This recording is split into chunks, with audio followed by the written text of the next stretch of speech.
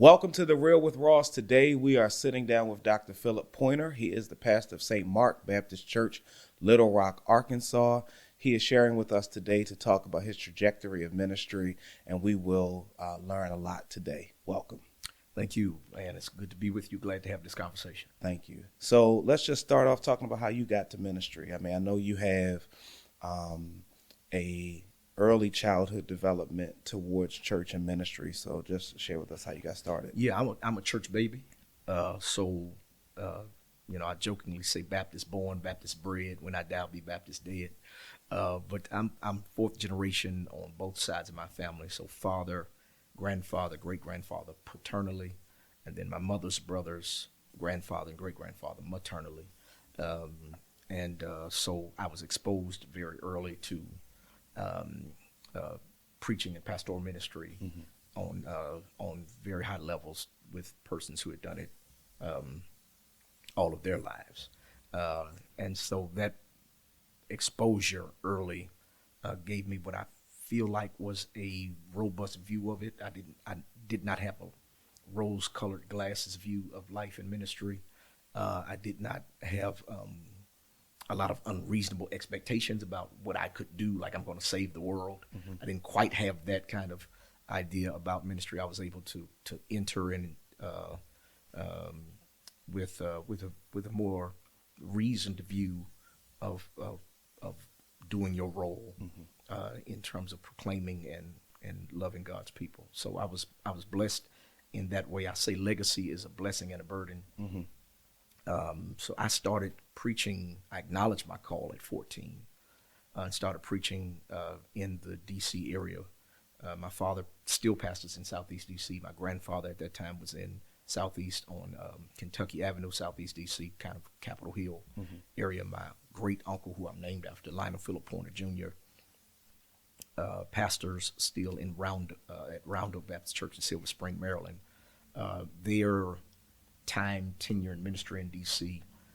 gave me a lot of opportunities because of my name. Okay. And so I was given the opportunity to preach for pastors and churches because my name was Pointer. So there was a blessing in that, but there's also the burden of former generations and people trying to limit you or pigeonhole you to what those who've come before you have been and have done. The good for me far outweighed any bad that came along with having the last name Pointer. I was incredibly blessed. I had people who would just invite me and tell me, I'm doing this for your granddad because he helped me get this church. Or he put me in this, or he kept me in my church when they were trying to vote me out. Granddad was a member of the National Association of Parliamentarians. Granddad knew Robert's Rules of Order, like you know your own name. Doc had been president of everything you could be president of in D.C. Church, Ministers Conference, State Convention, all that stuff. And so I cashed a lot of his checks in because of that. And then my father had taught at Washington Baptist Seminary, and so there was a lineage of students who loved and were nurtured under his teaching, church history and other courses.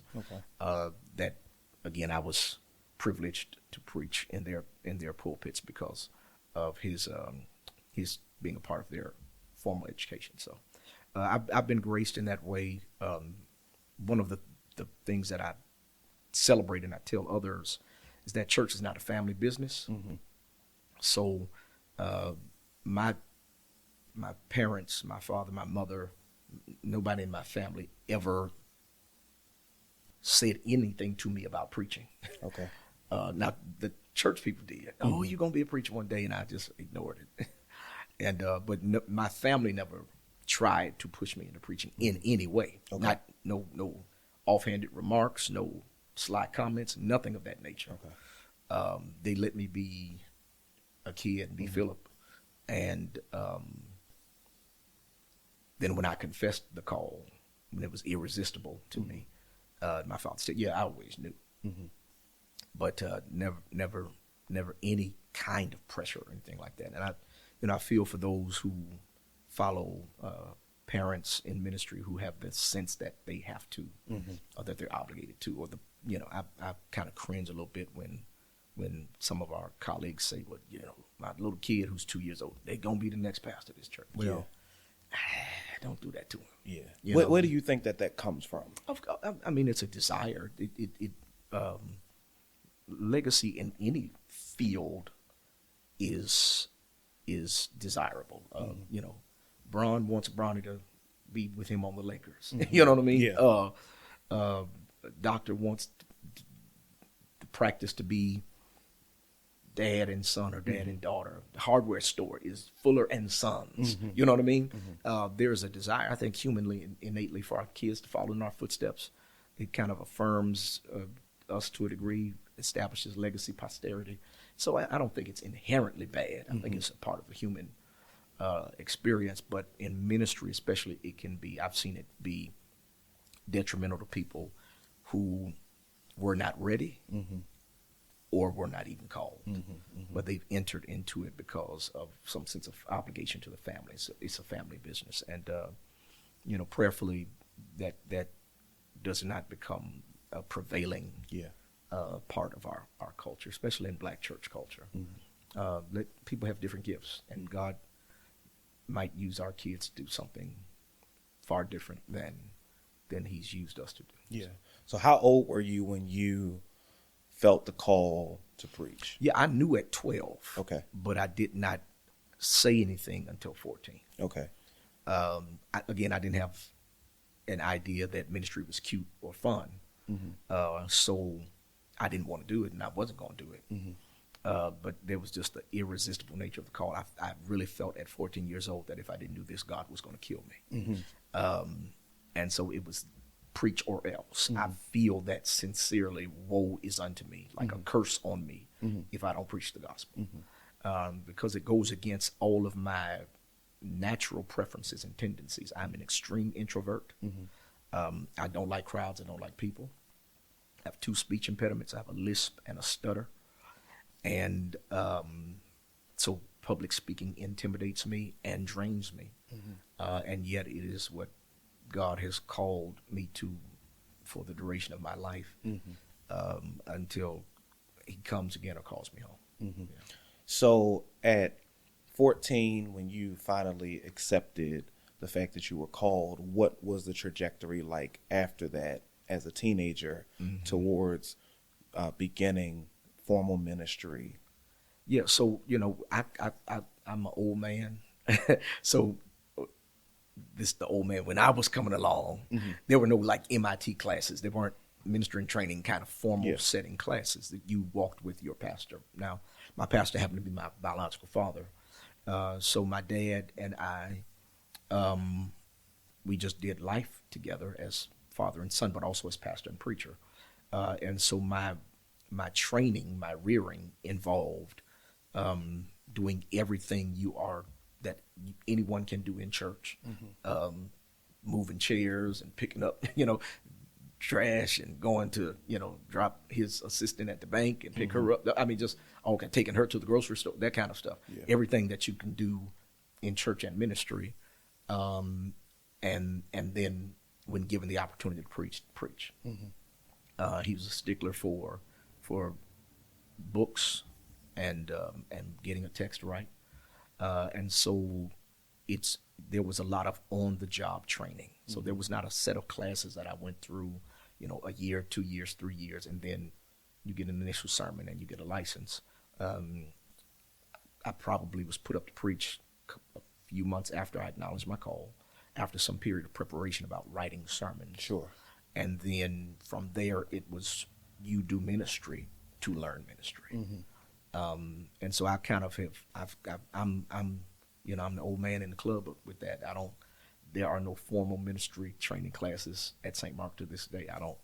I bring my preachers together at times and talk to them, but generally it's individual. It's who's around. You got to be in my way. Okay. I'm not going to set a class time for us to meet necessarily. Sure. Be in my way. I'm here. I'm available. You can talk to me if you need to. But if it doesn't, my line is if it doesn't bother you, I'm not going to let it bother me. Sure. So that's kind of how, through my teenage years, it was doing life with my pastor and father. And again, I had the incredible benefit of family. I had my Uncle Lionel, had my grandfather, who gave me innumerable opportunities to do all kinds of things in ministry. Granddad, one time I may have been 18 or so, took his normal month vacation, and I preached every Sunday, taught all the Bible studies. Wow. Those kinds of things. I was able to when they have to hear you back to back to back. You can't just use your little cute little sermon stick or horse. You got to, preach something thorough. I was doing Sunday school at the same time, all of those things. So I was given an opportunity to do the practice of ministry through my teenage years. And that developed me in a lot of robust ways, not just as a preacher, but as a person who seeks to serve God's people. And at what point did you get to the pastorate? And how did that so happen? I was 24. I kind of knew early 20s that the pastorate was going to be my lot in life. Well, I knew earlier than that, but it began to kind of become like time. There was that itch. My dad would call it that itch. He said, son, it sounds like you have that itch. I began asking more pastoral questions and that kind of thing. And I'm grateful for his tutelage, because he told me, there's nothing wrong with wanting to pastor. Some people are always like, they want to pastor, but they don't want to say it out loud. Yeah. They have that, oh no, I'm just whatever the Lord says. And man, no, shut up. Say you want to pastor. Right. The Bible says if a person desires the office, they desire a good work. Right. So there's nothing wrong with saying, I have a desire to do this. And so, how I got to my first pastorate was not directly pursuing that particular church. I was preaching in Alexandria, Virginia. One of the youth there heard me preach. Dominic Thompson heard me preach at Mount Pleasant in Virginia when Dr. Pilson was there. Dominic went back to the church that I was called to, called St. John, and said, we want to get this guy can we get him for Youth Day? I preached that Youth Day. That was probably October of 2001, I believe. And God did something special that day with me in St. John.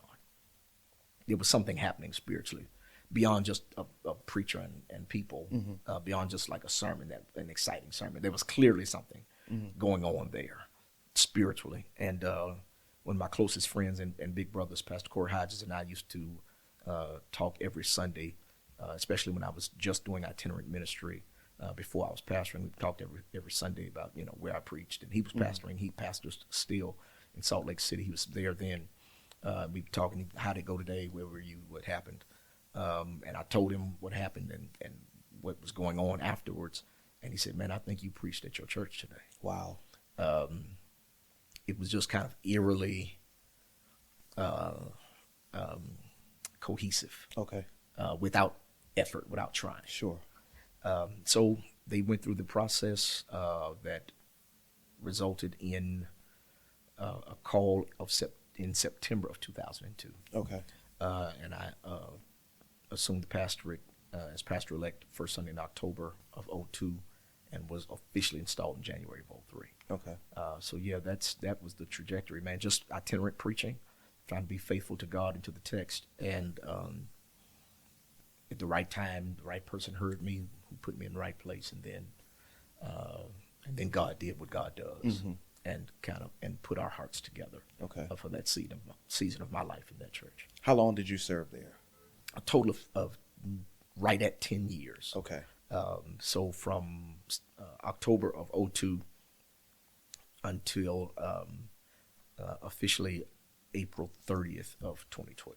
Okay. Yeah.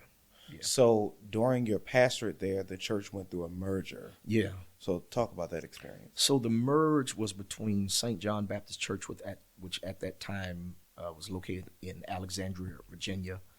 Most people know Alfred Street Baptist Church, where Pastor Dr. Howard John Wesley is.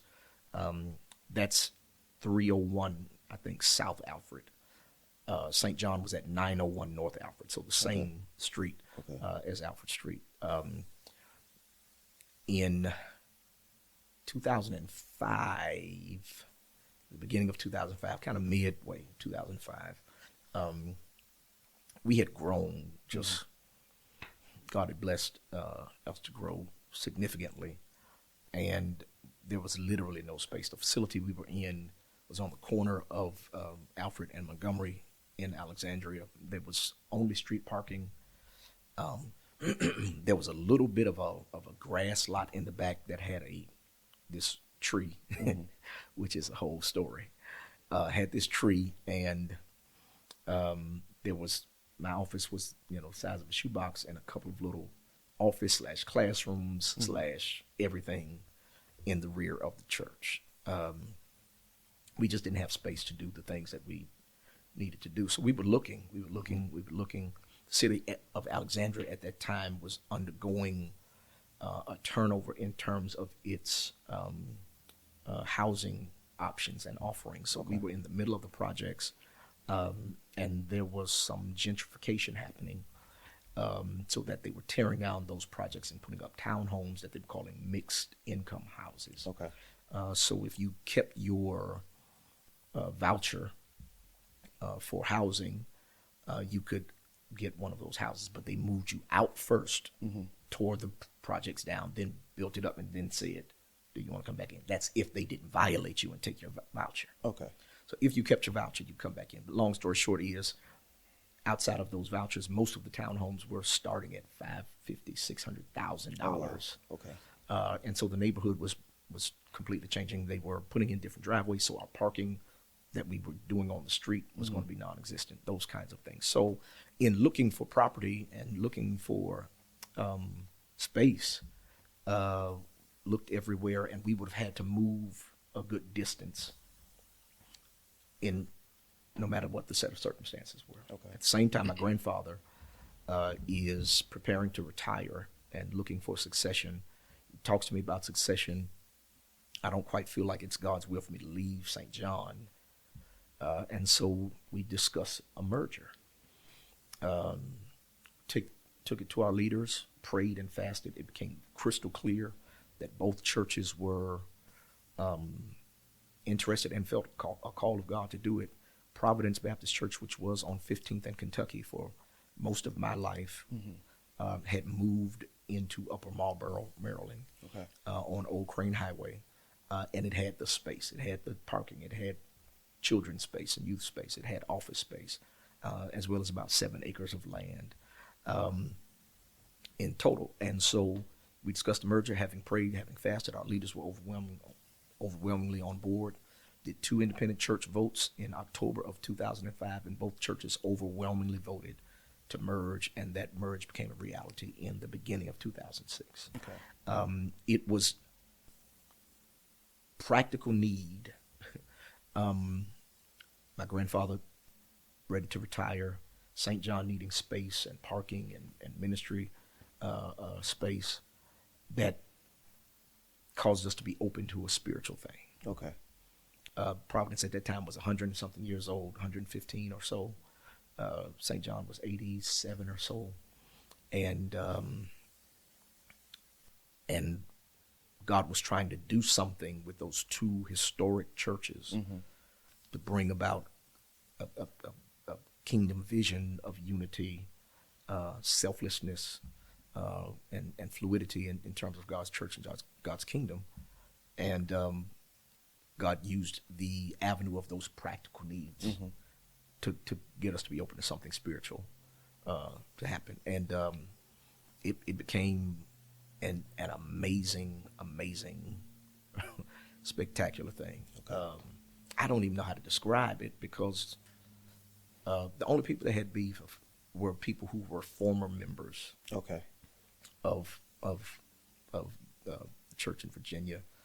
There were some older people who had some concerns about, well, where am I going to be buried?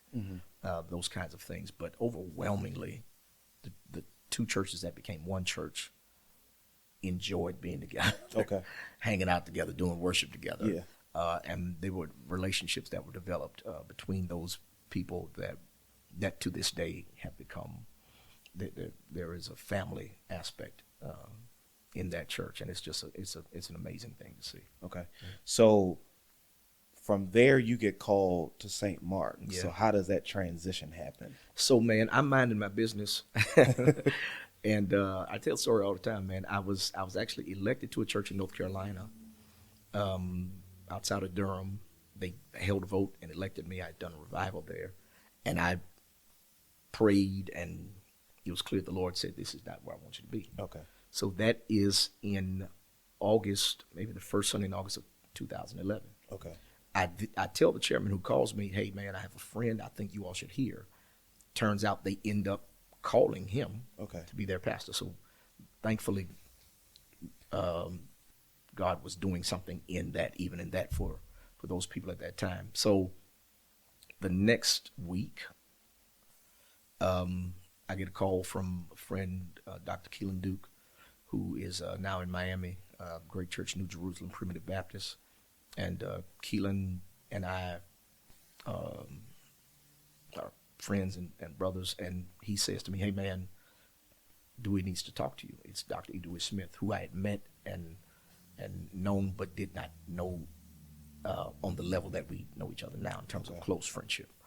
He's a big brother, beloved now. But the long and short is, he says his son in ministry is youth pastor at St. Mark at that time, Pastor Nate Stewart, who's now in San Diego doing incredible work out there, growing that church by leaps and bounds. But because of his relationship with Pastor Nate, St. Mark is asking him to kind of help guide their process and give them some assistance. And the Lord wakes him up in the middle of the night and gives him a dream. Wow. That I'm to be the pastor of St. Mark. Okay. And, you'd have to know him to know, how, "Doc, I don't play with God, Doc, I don't play with God." Mm-hmm. And he told me, he said, "Man, I'm going to see if they'll take you on the fourth Sunday of this month." Okay. And he said, "If they hear you, man, that's going to be it." Okay. So pack a bag. He says, "Pack a bag and put it by the door by faith." So, okay. So he calls them, the elder calls me to make the arrangements. There is a hurricane, Drew. Wow. Coming up the East Coast. Okay. That weekend, the fourth Sunday in August 2011. There's a hurricane. I can't think of the name. I get out on the last plane going to Little Rock from BWI, Baltimore Washington International Airport. Get out on the last plane before they shut the airport down to get to Little Rock. Providence St John couldn't even have church that Sunday because of the storm. Wow. Okay. And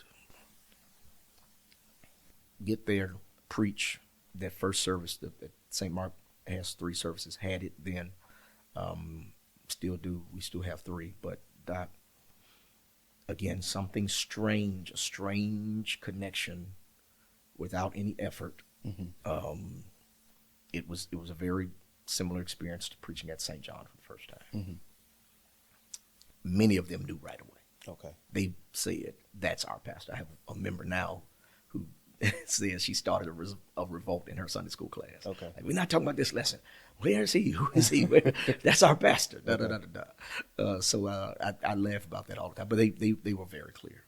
Many of them did the other 2 services, and they were very clear. They were in a process with some other candidates that they then did not take all the way through the process, reopened it, asked me to consider coming. I did, sent the information, and the rest is history, man. Okay. So it was just, again, not looking for minding my business, and again, right people at the right time hear you and say that we think you're our pastor. So you leave from a church that is sizably different than St. Mark. Yeah, so Providence St John, I won't talk about. I don't know what the role was at that time, but it was growing. So I think the role, if I'm thinking about the role, we probably had 1,200 or 1,300 on the roll. Okay. Actively engaged, and I count people in a month because nobody comes to church every Sunday anymore. Right. Actively engaged, I probably saw 500 to 600 faces in a month there. But it was beginning to grow. Young families were joining. Couples with 2 and 3 and 4 children. The youth kid space, especially on Sundays, was getting not getting full. It was full. Sure. It was like couldn't get in the children's space in our varying grade and age levels. And so there was a there was a significant movement happening there, and we had voted to sell the Virginia property again because it was landlocked and there wasn't much we could do there. And so we were just doing the one location in Maryland, and it was thriving. Mm-hmm. It was, Providence St John was going well. And it was one of those things where, as it's happening, as you've been praying, God says, all right, now I'm moving you mm-hmm. to another space and place. Sure. And it was one of those things like, Lord, are you serious? Now while things are on the upward trajectory, but God is in charge of HR, so you listen and you learn, and then you get to St. Mark. I'm grateful for mentors and pastor in my life who told me, hey buddy, it's all church. Mm-hmm. So in terms of a membership role, your role never testifies to who's actually in your church. Sure. And then attendance is not actually testifying to who all your members are either. Mm-hmm. So at St. John, let me go back to that. St. John, Pastor John Jenkins comes to do one of the nights of my installation week. Mm-hmm.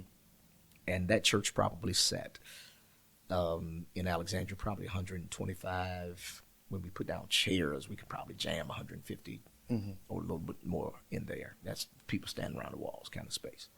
He comes that Monday night. He brings Glenn Arden. Now, Glenn Arden, at that time, this is 02, boasting 12, 14, 15,000 members. Right.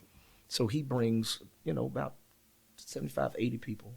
So we're jammed in there because there's some St. John people, there's some well-wishers there, mm-hmm. and that kind of thing. And he looks out and says, hey, buddy, this is my church. He said, this is about the amount of people I can count on. Mm-hmm. And then he was being, he was exaggerating. Sure. But the truth is there's always a small remnant. Right.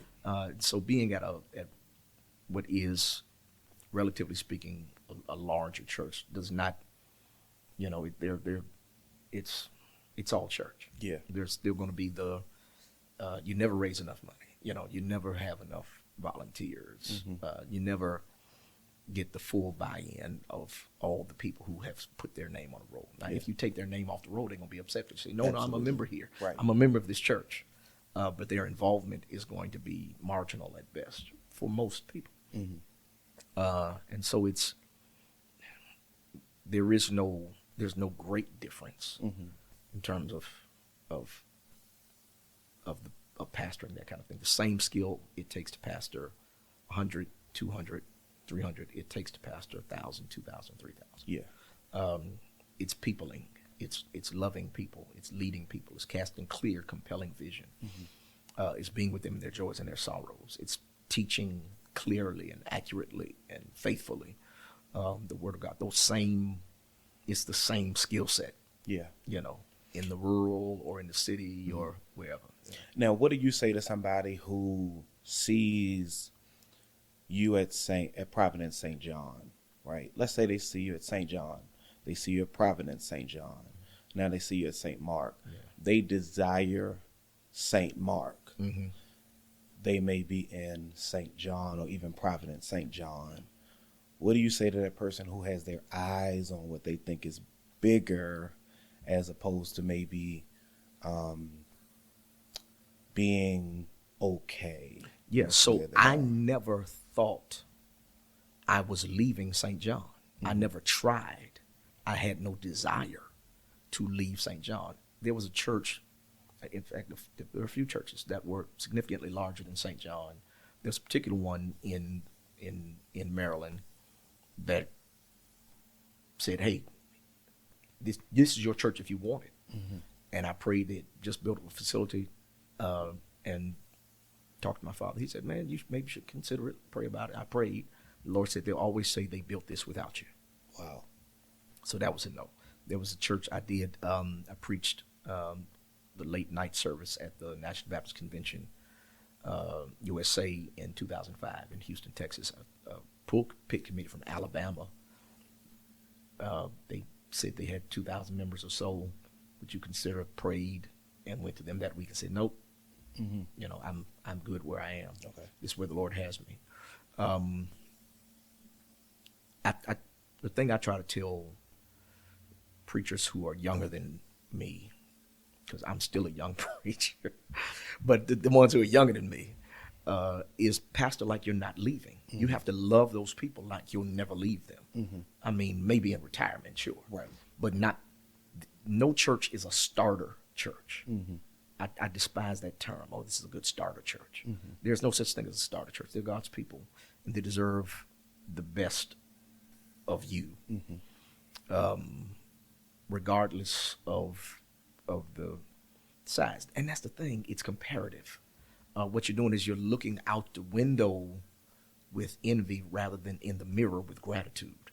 Wow. And you're seeing someone else's size and significance, but you don't know the struggles that come with that. Right. You don't know the issues that visibility brings and or notoriety, so to speak. Because what are you craving? Why do you want more people? Why do you want a bigger building? Why do you want that? Dr. Maurice Watson years ago at the E.K. Bailey Conference preached a sermon on the Tower of Babel called The Irony of Greatness. And the idea is, why are you trying to build this tower? Yeah. You know what I mean? Yeah. They were trying to build this tower to make their names great. Mm-hmm. Well, chapter 12, Abram follows God, and God says, I'll make your name great. Yeah. And so that's the thing. You know, at the St. John Phillip Pointer was all in.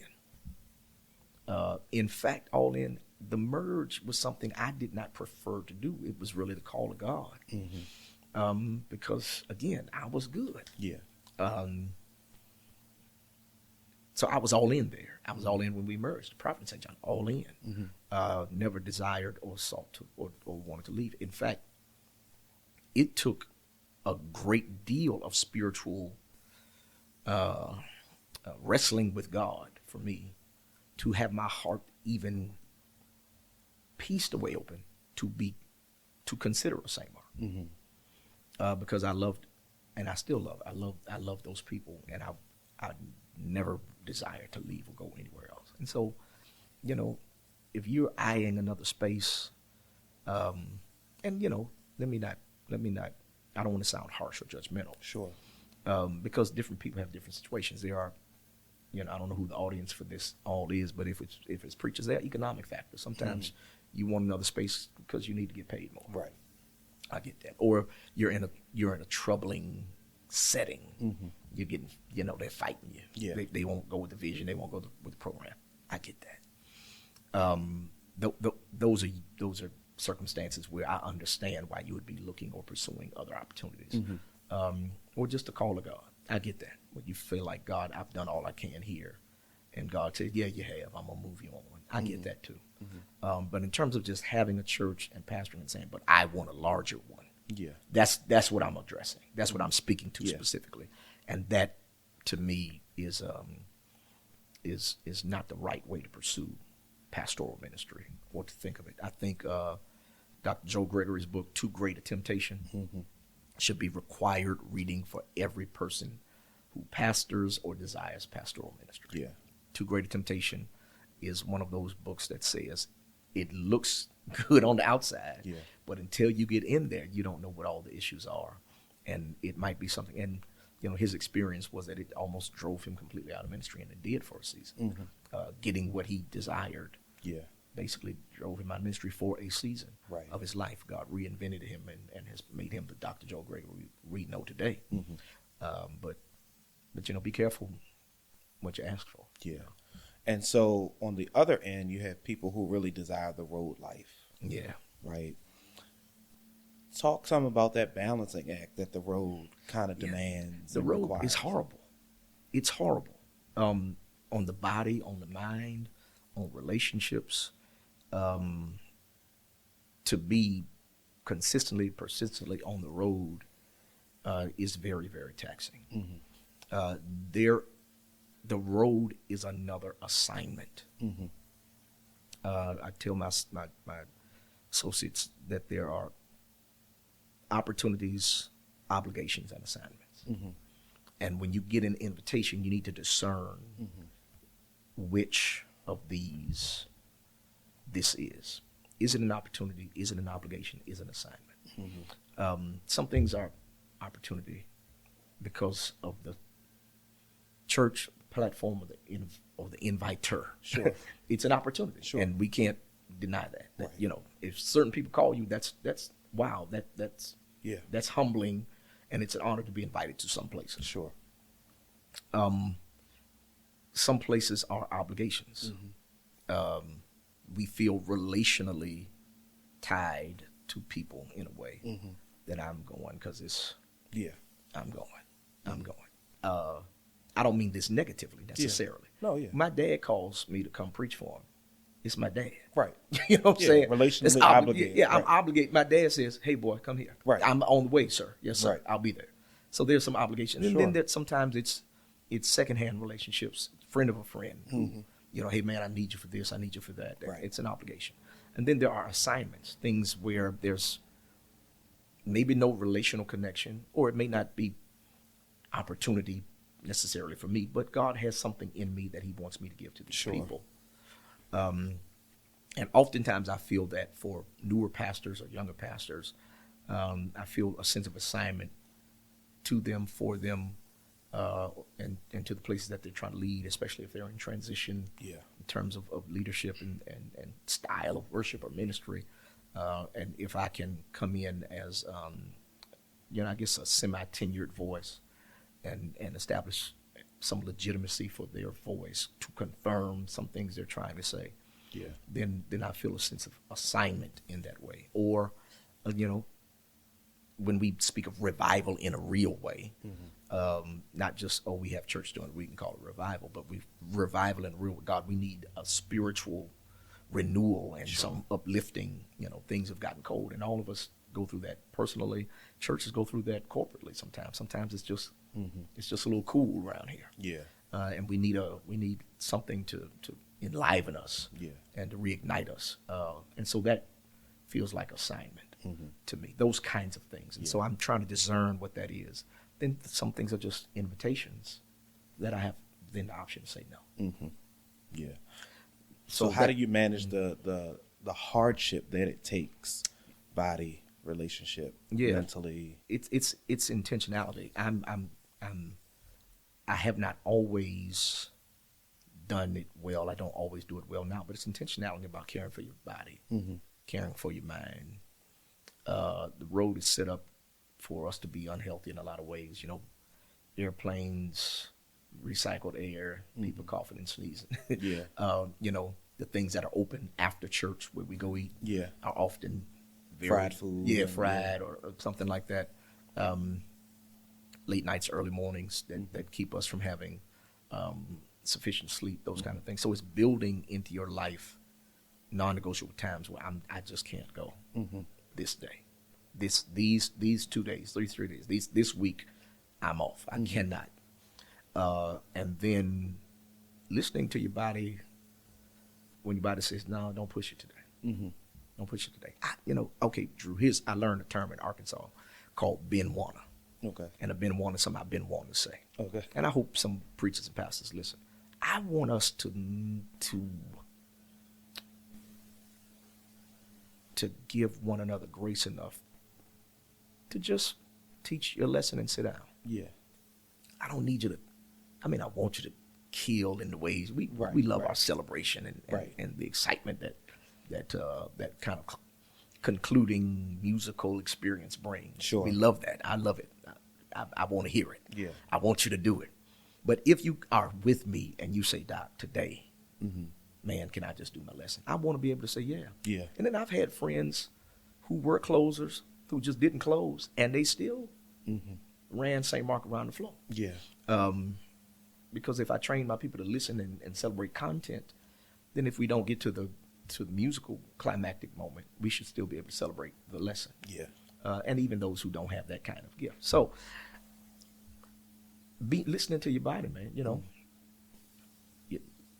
Microphone systems are different. The atmosphere, from flying from one city to the next, the temperature is going to be different. It's going to affect your body. Those kinds of things. Just being self-aware and not trying to be Superman or Wonder Woman. Now, in obeying your body and on the road, have there been times where you have had to step away from an engagement because Oh yeah. when you accepted, you had good intentions, but when it was time to go, you just couldn't? Yeah, I've had this year, I've had a few times where my body just was like, can't do it, doc. And I've called and thankfully I've had hosts or those who invited who understood. Well, at least they said they did. I pray it's true. Yeah. But they understood that physically he's just not there. Because for me, I do a revival every Sunday. I do 3 sermons every Sunday. I preach 3 times. One sermon, but 3 times. Sure. Every Sunday. And then there's the road. And then there are whatever other obligations I may have, personally, professionally, ministerially. And so it can become overwhelming, it can become too much. And you know, if you don't sit down, your body will make you. Yeah. So I've had that experience a few times, and got to be correct. Now, in the past, I've pressed through that and suffered on the back end. Yeah. But this year, especially, I've been better with saying, because here's the other thing. One of the things that I've been working with God on, God's been working with me on, is rightly seeing not just my limitations, but the limitlessness of God. God has preachers. Yeah. Elijah, 1 Kings 19. I'm the only one. No, you're not. Right. No, you're not. God has preachers who can go do whatever God wants done in that church. Sure. As well, if not better than you. So what happens if I don't go? Somebody else will preach. Right. That's what will happen if you don't go. Right. You know what Absolutely. I mean? Yeah. God got preachers. Right. I mean, you're not the end all be all of the gospels. There's no shortage of preachers. Yes, no shortage. But God has preachers that we ain't heard of in nooks and crannies. Right. In storefront churches or in wood churches with wooden floor. God's got preachers. That will preach me and you under the pew. Absolutely. Any day. Any day. Yeah. And so, just walking in the humility to say, humility and good stewardship of my body. Say, listen, I took it. You asked me 9 months ago, and I said yes because I didn't know this where I'd be today. Yeah. But I got to be honest and say, I'm not going to be at my best. Yeah. But God has somebody. And I appreciate that, because I think that one of the things that our audience of preachers may not consider at times when they desire the road is the kind of wear and tear that all take when you are traveling. I mean, it seems good in theory, but then when it has to be reality, it's very different. I heard a traveling preacher say one time, and it really hit me hard. He said, "It's nothing like going from city to city, closing that hotel room door every time, realizing you are the only one there for whatever amount of days you are there, and you have no family there." Right. You may be preaching for somebody you really don't know like that, so you don't have a real friend there. Right.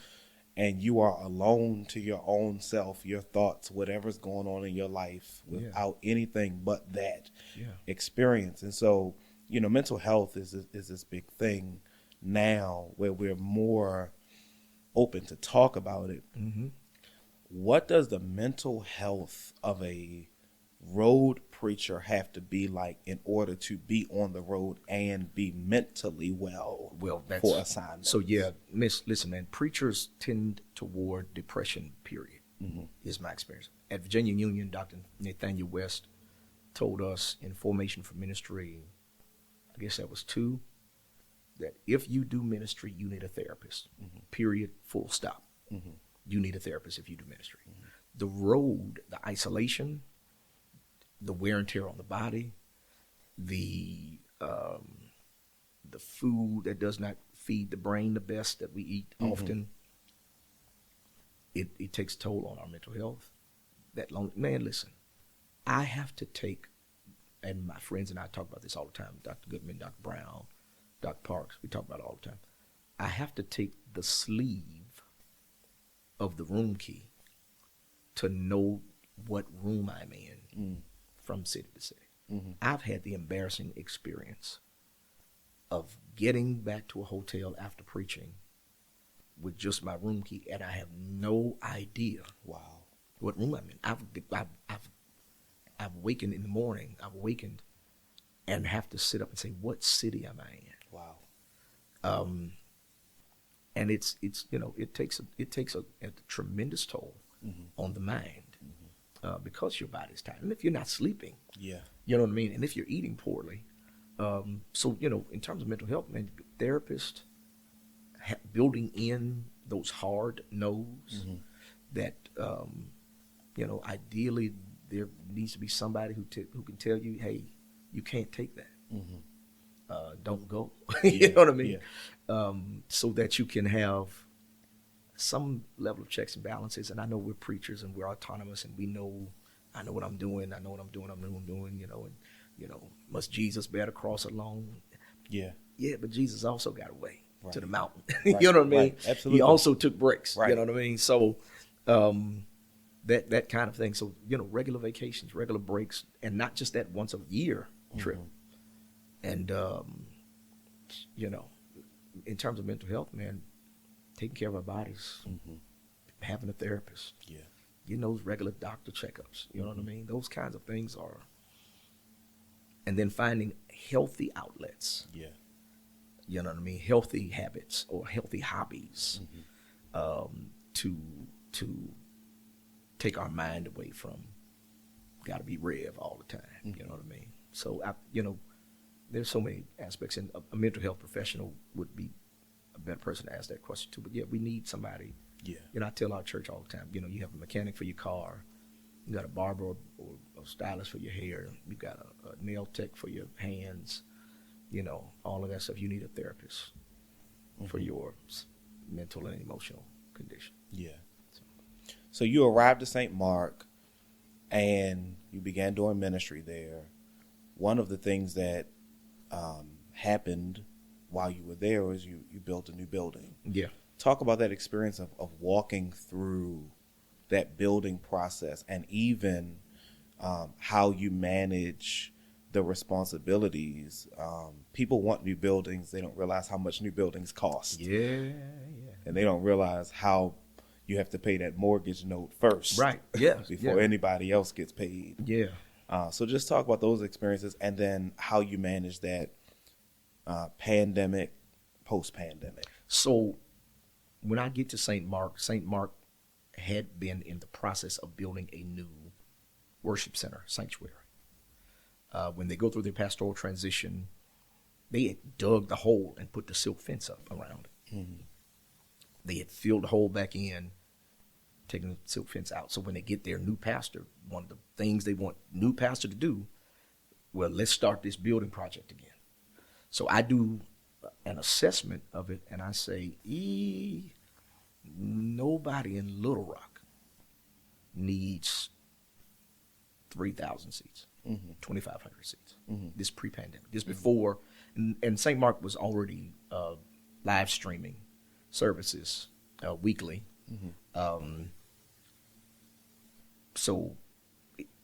But it was not the animal that it is today. Live streaming wasn't. So we had 3 services. Nobody's leaving their service.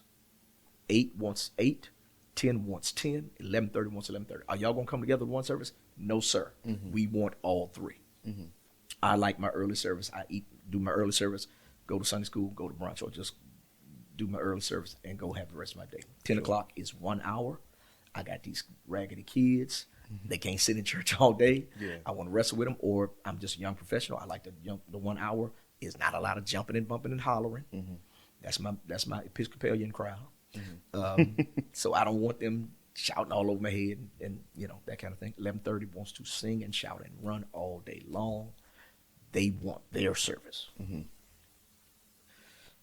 I said, well, if we build this big old building, and I think they whittled the seats down to maybe 2,500 seats or something like that. We won't have to build that much. We'll build 2,500 seats. Nobody in Little Rock needs 2,500 seats. You talking about thinking that 7,500 people are going to show up for church on Sunday. No. 3 services. No, we don't need that. Let me pause and say, Yeah.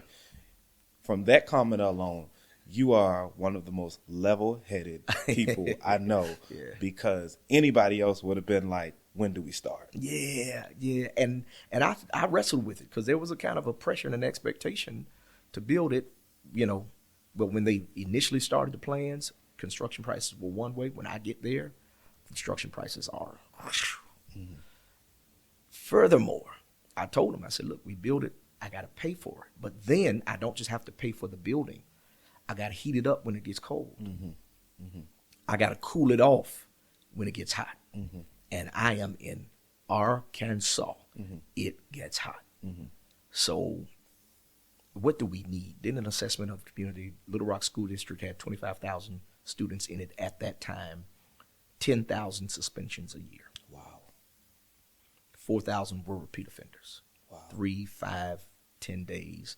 If I get suspended twice, I miss 8 days in a semester. I'm not catching up in math or science. Mm-hmm. I'm not going to be on top of my reading because suspension is you just go home. Yeah. And you already had behavioral issues, so ain't no way in the world. Right. Ain't no way in the world. So what do we need? At that time, when we first initiated the project, Pastor Nate was still there.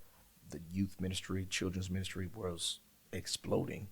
My teens had to walk across the parking lot over to our ed building to have teen church. So whatever the weather was outside, they had to traverse the weather to go into teen church. My children were on our gym floor. And it just wasn't space that was their space. It wasn't conducive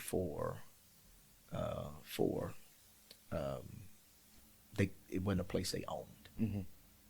So the short version long is that I said, well, what we need is a youth space. And so the original master plan called for a new sanctuary, a new administrative wing, and a new youth center. So I said, what we'll do is we will start with the youth center. Okay. And there was some initial resistance to that. No, we want to build a church. We want to build a church. Well, we are building a church, but you need to know what a church is. A church is not a sanctuary. Right. A church is people. Right. And we need to touch our community and meet the need of our community. So we built 50,000 square foot youth center.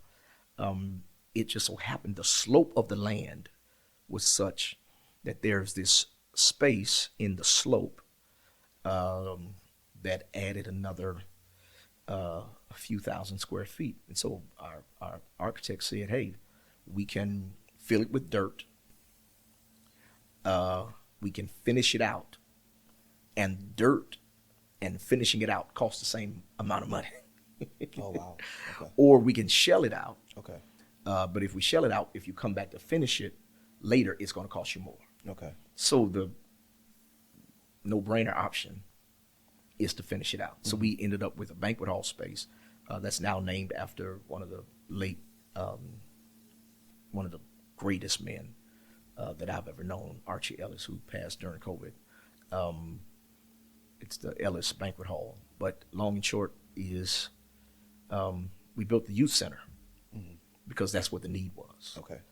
It's used every day. So we established the Tendaji Community Development Corporation that has an after-school program. And our suspension program is called Reclaiming Scholars. Okay. So middle and high school students who are suspended for nonviolent offenses can come to our facility. We work with them on their schoolwork, obviously, but also behavioral modification, decision-making. We've seen 90-something% success rate with kids going back to the classroom and not causing any more issues. Wow, that's awesome. Over the last, we finished in 2016. I think that program started in 2017. Okay. So we've seen incredible. We're also in the schools now. So the Tendaji team goes into the schools, into Little Rock School District and Pulaski County School District, and trains teachers, also does round tables, rap sessions with the kids. So it has become a significant outreach arm of our church to meet their needs and then I was going to use it once or twice a week, a big old sanctuary. This is something we use literally every single day. Right. And so we built that. Building is for the birds. You know what I mean? Mm-hmm. 0 stars, I would not recommend. But if you have need, you know what I mean. Building buildings just to be cute, I don't think is wise. I think building to meet needs. Yeah. And some people need more seats than build in that case. Yeah. But don't overbuild. I would say build what you need, because full church always feels better anyway. Yeah. But yeah, through pandemic and all of those things, man, God graced us to be able to sustain, and in fact, our finances increased pretty substantially during COVID, during the shutdown when we were just virtual, only online. I'm trying to go away from using the word virtual because that means not real. Mm-hmm. We were real, real preaching, real worship, just online. Sure. When we were only online, God blessed our church in a major way. Yeah. While giving away 10% of everything we brought in to families who had lost wages and small businesses who had to shut down if they were mandatory shutdown kind of businesses, our barbers, our beauticians, some restaurant owners, those kinds of things. We gave away 10% of everything we took in, and God increased us tremendously through that process. So it's been a great season of grace. Yeah. So the last question is, since you talked about building and then this post-pandemic age of church, what does St. Mark look like now in this post-pandemic or still exiting pandemic stage of church versus what it looked like pre-pandemic?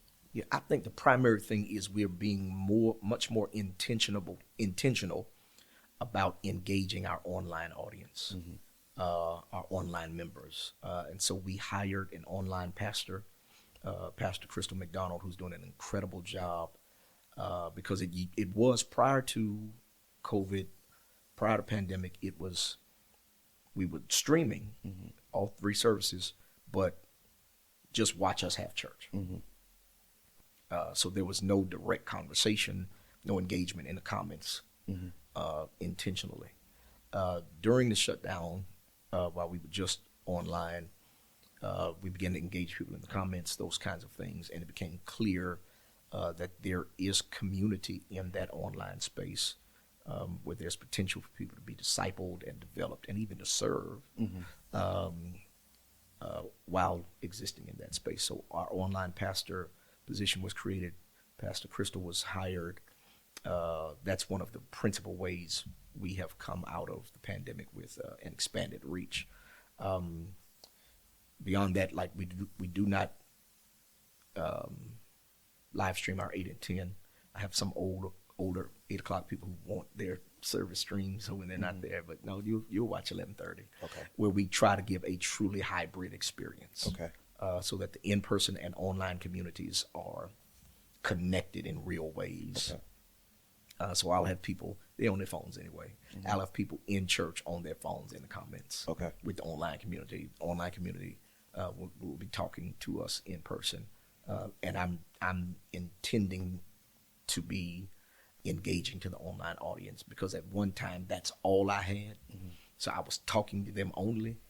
I don't want them to get lost now that I'm talking to the in-person crowd as well. So I want to speak to them directly from the pulpit in preaching, you online, ensuring that I know you're there, and I'm talking to you as well. You're not just an observer of the worship service. And so trying to find creative ways, but authentic ways to develop followers of Jesus Christ in those online spaces, expanding our footprint on social media, those kinds of things, which I think social media is often a cesspool of misinformation and negativity, but there's potential and opportunity for us to go into that place and be lights in a very, very dark space. Yeah. And so that's what we intend to do in those ways as well, without neglecting or devaluing the uniqueness of in-person connection. Yeah.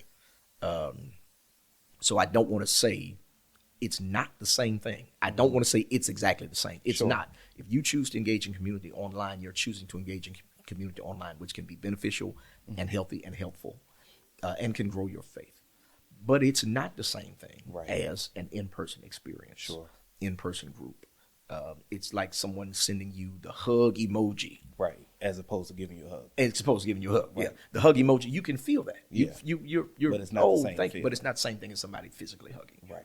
So they're different things, not negating one or saying one is less than, just saying they're different experiences. And we want to be sure that people are developed and discipled in both kinds of settings. Yeah.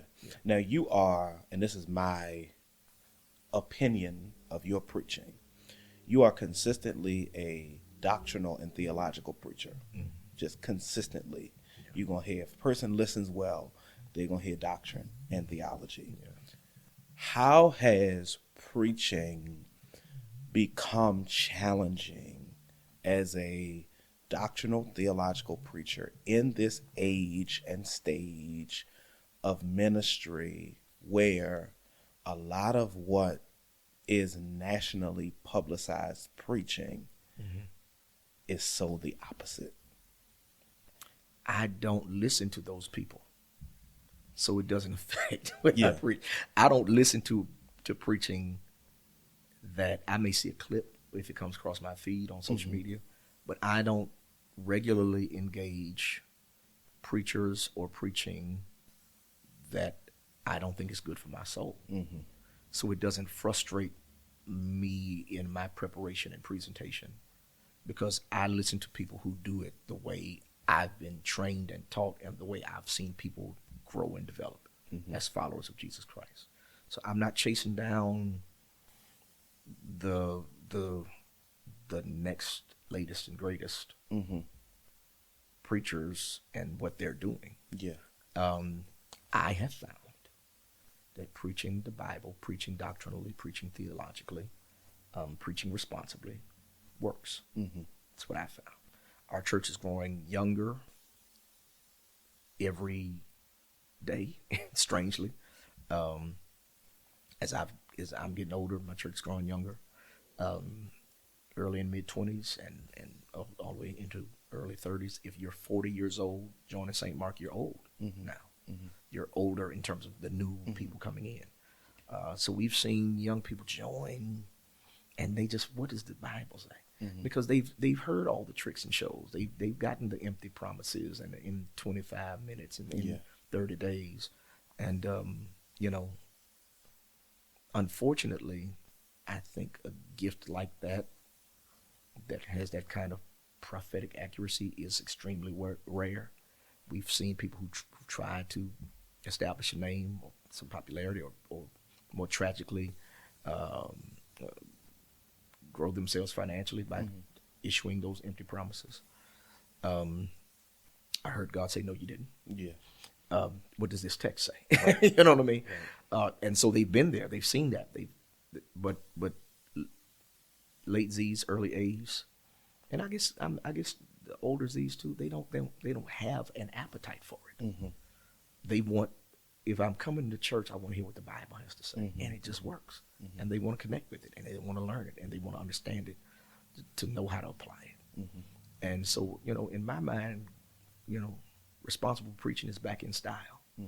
That's just been my experience. I'm not everywhere. Again, I don't listen to everyone, but the people who I know who are doing it are seeing reasonable, positive response by doing it. So that's I just tune that stuff out. Because if you listen to it, it's going to be depressing, or it's going to create a temptation to try to emulate, this is another Ben Warner. I get frustrated with preachers who want to be responsible and sensational at the same time. And they feel the need to say something responsible from the text, but then veer into some sensationalism to engender response. I'm like, that has nothing to do with what you just said here. And just trust the text. There's enough sensational things in the Bible that I don't have to grab something that's outside of it and impose it on the text. if I just want to preach a sensational sermon, there's a bunch of sensational passages. Absolutely.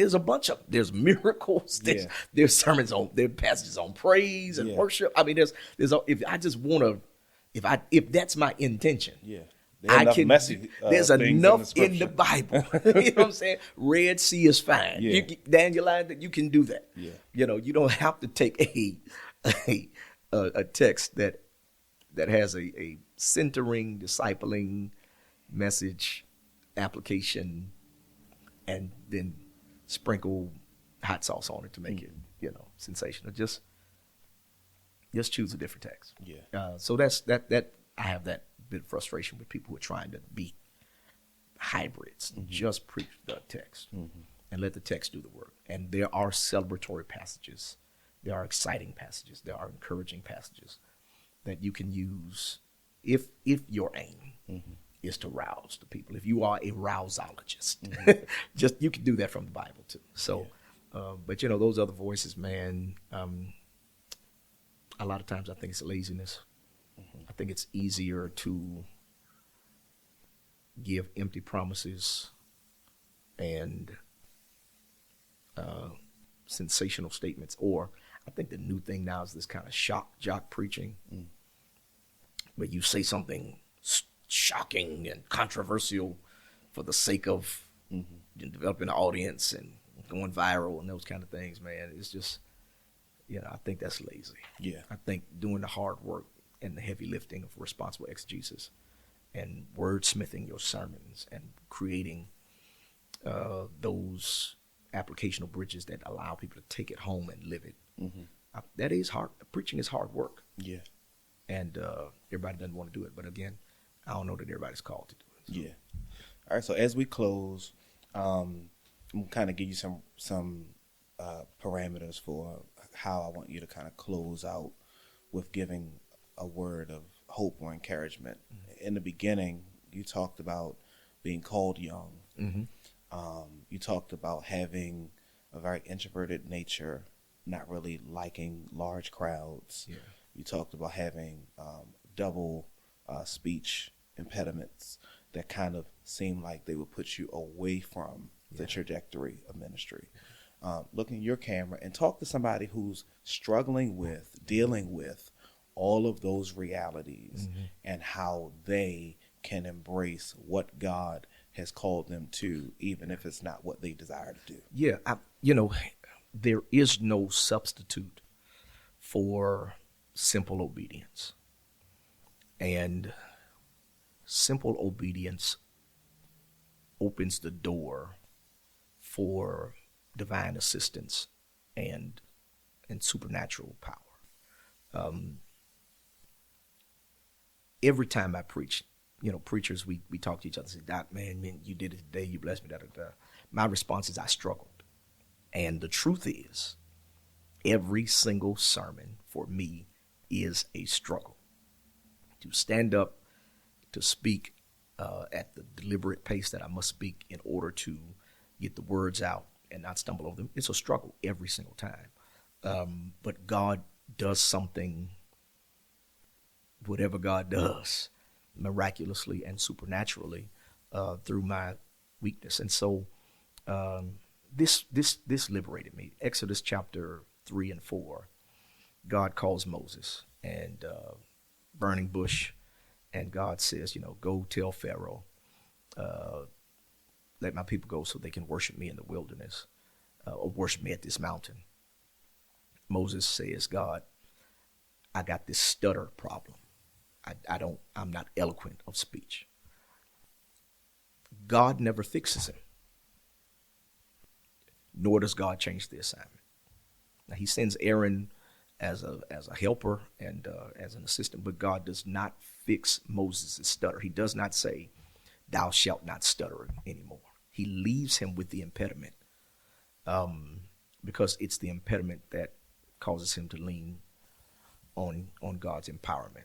In the same way that Jacob's hip never gets right. In the same way that Paul, to our knowledge, does not remove Paul's thorns. In the same way that Jesus, even in his resurrected, glorified body, still has the holes in his hands and the hole in his side.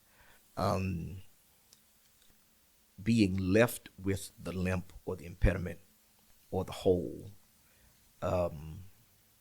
is what positions us to be dependent on God.